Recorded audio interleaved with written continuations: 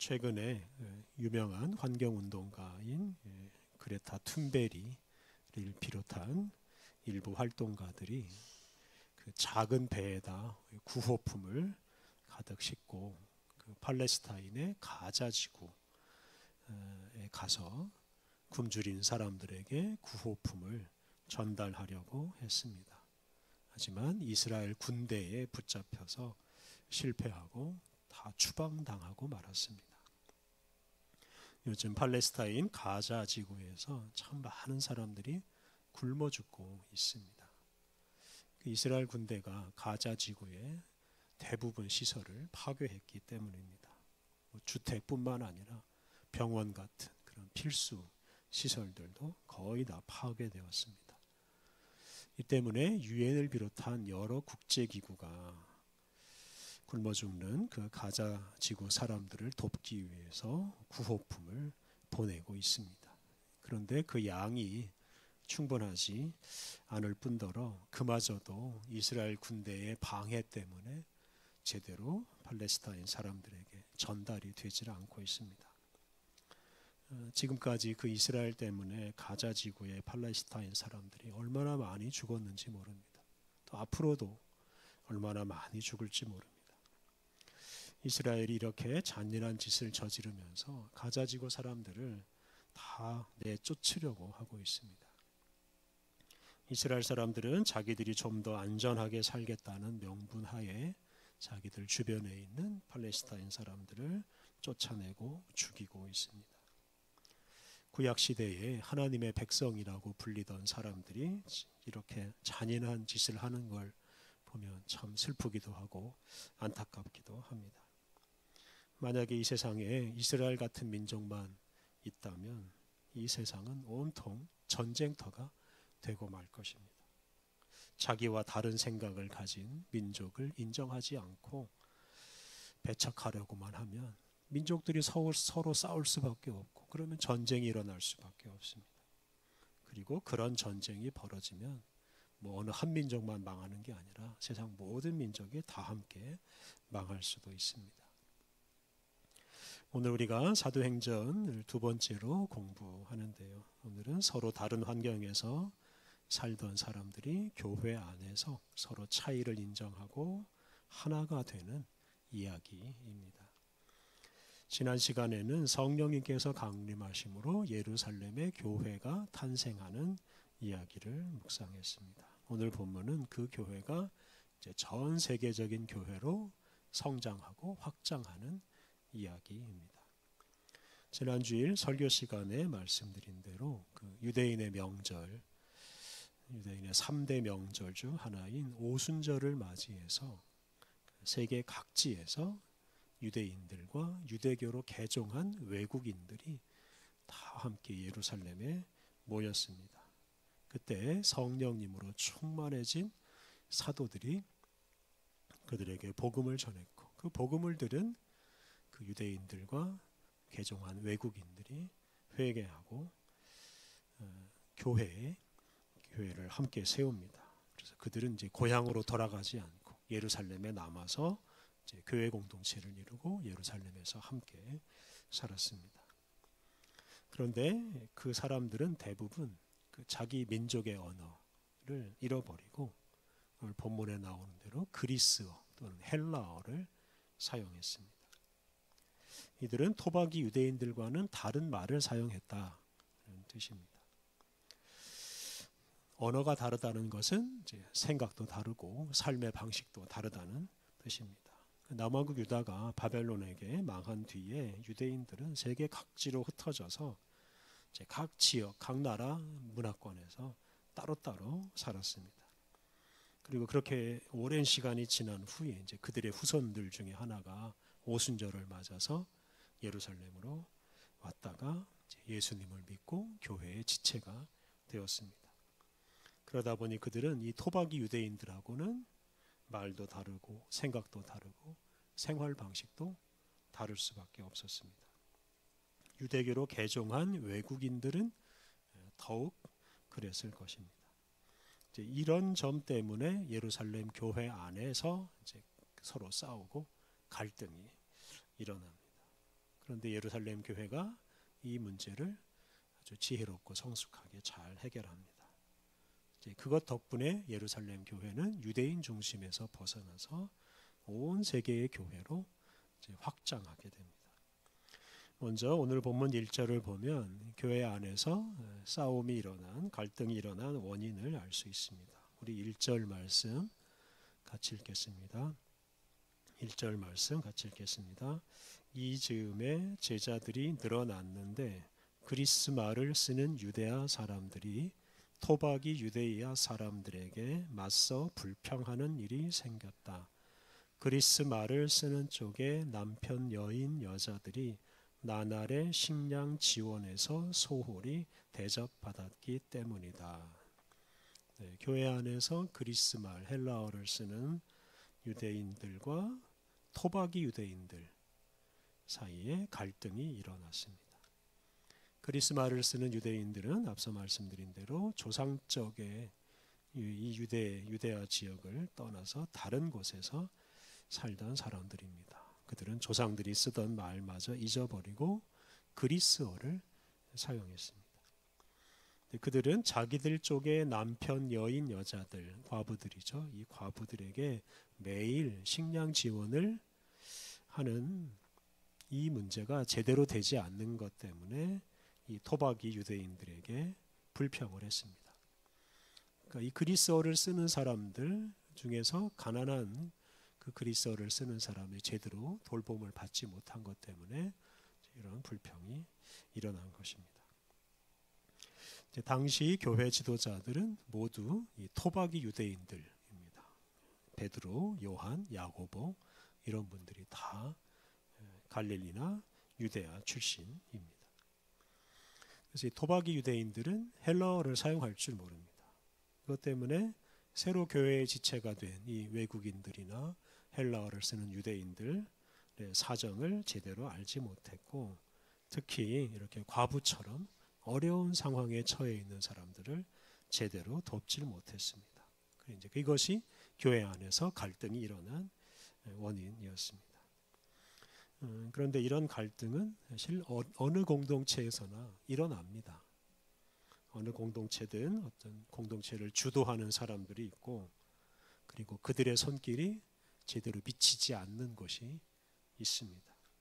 그리고 그것 때문에 불평하는 사람들, 힘들어하는 사람들이 있을 수가 있습니다. 근데 중요한 것은 이런 갈등이 어디서든지 일어나는데 이런 갈등을 잘 해결하는 것이 중요합니다. 건강하지 못한 공동체는 주도권을 가진 사람이 불평하는 사람들을 막 억눌러서 억지로 조용하게 만들어 버릴 수도 있습니다. 그런데 예루살렘 교회 공동체는 이제 그런 식으로 문제를 해결하지 않습니다. 2절부터 6절까지 말씀은 예루살렘 교회가 이런 갈등을 아주 성숙하게 해결하는 모습을 보여줍니다. 당시 교회 지도자들인 12사도가 한 가지 해결책을 제시하는데요. 우리 2절부터 4절 말씀을 함께 봉독하겠습니다. 2절부터 4절 말씀 같이 읽겠습니다. 그러자 그 12이 제자들 전체를 가까이 불러놓고 말했다. 우리가 하나님의 말씀을 뒷전으로 미뤄두고 식량 문제를 섬기는 것이 바람직하지 않습니다.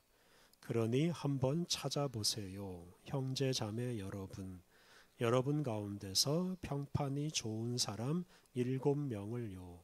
성령과 지혜가 가득한 사람으로요. 우리가 그 사람들을 세워 이 일을 맡아보게 하겠습니다. 우리 자신들은 기도와 또 말씀 전하는 섬김에 힘을 쏟겠습니다. 12사도는 자신들에게 주어진 사명을 두 가지로 말합니다. 첫째는 하나님의 말씀, 이 복음을 전하는 것 또는 말씀으로 섬기는 것이고, 둘째는 식량 문제를 섬기는 것, 다시 말하면 구제하는 것입니다. 그런데 이 두 가지 사명 중에서 사도들은 하나님 말씀 전하는 일을 더 소중하게 여겼습니다. 구제하느라고 하나님 말씀 전하는 일을 소홀히 할 수 없다라고 말했습니다. 그러면서 이제 해결책을 제시하는데요. 사도들은 자신들은 두 가지 일들을 자기들이 다 할 수가 없으니까 지도자들을 더 뽑자, 7명을 더 뽑자, 이런 제안을 하였습니다. 여기서 우리가 주목할 것은 12사도들이 새로운 지도자들을 직접 임명한 게 아니고 성도들에게 사도들을 뽑으라, 선출하라 라고 요청했다는 점입니다. 여러분 가운데서 평판이 좋은 사람, 또 성령과 지혜가 가득한 사람 7명을 세워주십시오, 이렇게 말했습니다. 12사도만으로는 교회의 일을 다 감당할 수 없으니까 추가로 7명을 더 지도자로 세워달라라고 이 12사도들이 성도들에게 요청을 한 것입니다. 앞서 말씀드린 대로 당시 이 예루살렘 교회 성도들 사이에는 갈등이 있었습니다. 그리스어를 사용하는 과부들이 제대로 돌봄을 받지 못하는 것 때문에 이 그리스어를 사용하는 사람들이 토박이 유대인들에게 불만을 토로했습니다. 이렇게 갈등이 있는 공동체인데 이런 사람들에게 문제를 해결할 지도자들을 직접 선출하라, 이렇게 요청한 것도 참 특별한 일입니다. 이것은 갈등의 당사자들로 하여금 문제를 직접 해결하도록 했다라고 볼 수 있겠습니다. 당시 지도자들인 12사도들은 이제 비록 갈등이 있는 이런 교회 공동체이지만 그 공동체가 스스로 문제를 해결할 수 있다라고 믿고 직접 문제를 해결하도록 한 것입니다. 7 지도자들을 선출하는 과정에서 토박이 유대인들하고 그리스어를 사용하는 사람들이 의견이 맞지 않아서 싸울 수 있습니다. 서로 자기파 사람들을 새로운 지도자로 세우겠다고 그렇게 강하게 주장할 수도 있습니다. 네, 그런 것까지도 이제 다 감수하고 사도들은 성도들에게 직접 지도자를 선출할 수 있는 기회를 주고 그렇게 함으로써 문제를 스스로 해결할 수 있게 하였습니다. 이런 사도들의 제안을 성도들이 기쁘게 받아들이고 이제 새로운 지도자 7명을 이제 선출합니다. 5절에 그 7명 지도자들의 이름이 나오는데요. 5절 말씀 같이 읽겠습니다. 5절. 그 말이 온 군중의 마음에 들었다. 그리하여 그들은 스테판을 선택했다. 그는 믿음과 성령으로 가득한 사람이었다. 또 필립과 브로고로와 니카노르와 티몬과 파르메나와 유대계로 개종한 안티오키아 사람 니콜라오스를 선택했다. 우선 개역개정 성경에 나오는 사람들 이름과 비교하면 새한글 성경의 사람 이름 표기가 아주 많이 다릅니다. 새한글 성경은 오래된 성경식 인명 표기를 하지 않고 이제 현대인들이 주로 사용하는 방식으로 사람 이름을 표기했습니다. 그래서 개역개정 성경은 스데반이라고 했는데 새한글 성경은 스테판이라고 했습니다. 되게 스테판이라고 요즘 사람들은 스테판이라고 부르기 때문입니다. 다른 6분의 지도자 이름도 대부분 이렇게 현대식 표기 방법으로 이름을 바꿨습니다. 이렇게 예루살렘의 성도들은 믿음과 성령이 충만한 사람들 중에서 스테판, 필립 그리고 다른 5명, 총 7명을 선택했습니다. 여기서 이제 선출된 지도자들의 이름을 살펴보면 이 사람들의 이름은 다 헬라식 이름, 그리스어식 이름입니다. 선출된 7사람은 토박이 유대인들이 아니라 다 헬라어를 사용하는 그리스어를 사용하는 사람들이라는 말입니다. 그러니까 그리스어를 사용하는 사람들만 새로운 지도자로 선출했다는 뜻입니다. 심지어 유대교로 개종한 안티오키아 사람 니콜라우스도 7사람 중에 한 사람으로 선출되었습니다. 이 니콜라우스, 개역개정 성경에는 니골라라고 했는데 이 니콜라우스는 안티오키아, 여기 이제 시리아의 수도 안디옥을 가리킵니다. 그 안디옥 사람, 그러니까 시리아 사람, 외국인이라는 뜻입니다. 이렇게 유대인이 아닌 사람도 새로운 교회의 지도자로 세웠습니다. 앞서 말씀드린 대로 당시 교회의 지도자는 베드로와 요한을 비롯한 토박이 유대인들이었습니다. 그리고 예루살렘 교회 성도들 중에도 토박이 유대인들이 훨씬 더 많았습니다. 이렇게 주류 세력이자 다수 세력인 토박이 유대인들이 자기 파에 속한 토박이 유대인이 아니라 그리스어를 사용하는 이 새로운 사람들을 지도자로 선출했다 하는 점을 우리가 주목해야 하겠습니다. 이것이 당시 교회의 그 성숙함을 잘 보여줍니다. 교회 안의 갈등을 없애기 위해서 다수파가 소수파에게 양보했습니다.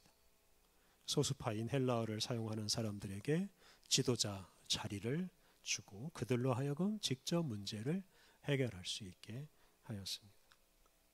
이렇게 그리스어를 사용하는 교회 지도자들을 세움으로써 이제 교회 안의 갈등이 다 해결됩니다. 그리고 유대인 중심의 교회가 아니라 이제 세계적인 교회로 확장합니다. 그리스어를 사용하는 사람들이 이제 교회 안에서 적극적으로 활동할 수 있는 기회가 열리고, 그리고 나중에는 토박이 유대인이 아니라 이 헬라어를 사용하는 사람들이 교회의 지도자가 되어서 교회를 주도하게 됩니다. 그리고 그런 사람이 주도해서 이 그리스어를 사용하는 지중해 주변 여러 나라 여러 민족에게 복음이 급속하게 퍼져나갑니다. 6절을 보면 이렇게 성도들이 새로운 지도자 7명을 선출하자 사도들은 그것을 그대로 인정하고 그들을 임명합니다. 우리 6절 말씀 같이 읽어보겠습니다. 6절, 그들은 이 사람들을 사도들 앞에 내세웠다. 그러자 사도들이 기도한 뒤에 그들에게 손을 얹어 안수했다. 사도들은 성도들이 선출한 7사람에게 손을 얹어서 안수했습니다. 안수라는 말은 머리에 손을 얹는 의식입니다. 머리에 손을 얹고 기도하는 것이 교회의 지도자, 교회의 직원을 임명하는 의식입니다. 그래서 이것이 오늘날까지 우리 교회에 내려오는 아주 중요한 전통입니다. 그래서 오늘 본문에 따르면 교회의 지도자는 어떤 한 개인이 임명하는 게 아니라 성도들이 직접 선출하는 것이 원칙이고, 그 사람들의 머리에 손을 얹어 안수하는 것으로 그들을 임명합니다. 그래서 오늘날 많은 교회가 오늘 본문에 나오는 이런 전통을 따라서 교회의 직분자와 지도자를 세우고 있습니다. 오늘 본문 마지막 절 7절 말씀은 이렇게 그리스어를 사용하는 사람들을 지도자로 세운 결과에 대해서 말합니다. 7절 말씀 같이 읽겠습니다. 하나님의 말씀이 계속 퍼져나갔고 예루살렘에서 제자의 수가 매우 많이 늘어나고 있었다. 제사장의 큰 무리도 잇따라 믿음에 순응했다. 하나님의 말씀, 복음이 계속 퍼져나갔고 제자의 수, 성도들의 수가 매우 많이 늘어났습니다. 심지어 제사장들까지도 예수님을 믿게 되었습니다. 이렇게 성도들이 직접 새로운 지도자들을 선출하고 특히 소외되었던 이 그리스어를 사용하는 사람들 중에서 지도자들을 선출함으로써 교회 안의 갈등을 극복하고 더 나아가서 이제 바깥에 있는 다양한 사람들을 교회 안으로 수용할 수 있는 그런 공동체가 되었습니다. 그래서 헬라어를 사용하는 사람이나 토박이 유대인들아 교회 안에서 마음껏 활동할 수 있게 되었습니다. 오늘 본문의 사건은 복음이 예루살렘과 유대아를 넘어서 온 세계로 전파되는 계기가 되었습니다. 예루살렘 교회는 교회 안에 있는 다양한 사람들이 서로 차이를 인정하고 더 나아가서 의견이 다른 사람이나 소수파 사람들을 지도자로 세움으로써 교회가 다양한 사람들을 포용하고 돌볼 수 있는 그런 교회로 성장하게 되었습니다. 그렇게 해서 온 세계 모든 민족을 포용하고 하나가 되게 하는 이제 그런 교회로 성장합니다. 이 세계에는 참 다양한 민족들, 다양한 사람들이 있습니다. 생김새와 생각과 행동이 나라마다, 민족마다, 지역마다 다양합니다. 그런데 교회는 그런 모든 사람들을 다 품을 수 있는 그런 큰 공동체가 되어야 합니다. 그런 교회를 통해서 온 세상 모든 민족을 구원하는 하나님의 복음이 널리 전파될 수가 있습니다. 우리 교회 안에도 다양한 생각을 가지고 다양한 방식으로 살아가는 사람들이 있습니다. 그들 중 어느 한 사람이나 어느 한 세력이 교회의 주인 노릇을 하지 않아야 합니다. 사실은 모든 사람이 교회의 주인이 되어야 하고 서로 인정하고 서로 사랑하는 공동체가 되어야 합니다. 특히 우리 교회 공동체가 다양한 사람들을 다 품어주는 공동체가 될 때 온 세상 모든 민족을 구원하시는 하나님의 뜻이 우리 교회를 통해서 이루어질 수 있습니다. 우리 곁에 있는 사람들을 사랑하고 인정하고 또 그들에게 일할 수 있는 기회와 지위를 제공함으로써 우리 교회 모든 지체들이 마음껏 서로 사랑하고 또 각자 주어진 은사를 따라서 마음껏 또 열심히 봉사하는 그런 아름다운 교회 공동체를 우리가 함께 이루어 가야 하겠습니다. 함께 기도하겠습니다. 하나님, 거룩한 교회를 세우시고 다양한 사람들이 교회 안에서 서로 사랑하고 주님의 뜻을 위해 협력하게 하시니 감사합니다. 하나님, 우리에게 예수님과 같은 크고 넓은 마음을 주셔서 모든 사람을 품고 사랑하게 하옵소서. 온 성도들이 각자에게 주어진 은사를 따라 마음껏 봉사할 수 있도록 서로 인정하고 서로 세워주게 하옵소서. 갈등과 분열이 있는 이 세상에서 우리 교회가 모든 사람을 포용하는 교회가 되어서 온 세상 모든 사람을 구원하시고 하나 되게 하시는 주님의 뜻을 이루게 하옵소서. 예수님의 이름으로 기도드립니다. 아멘.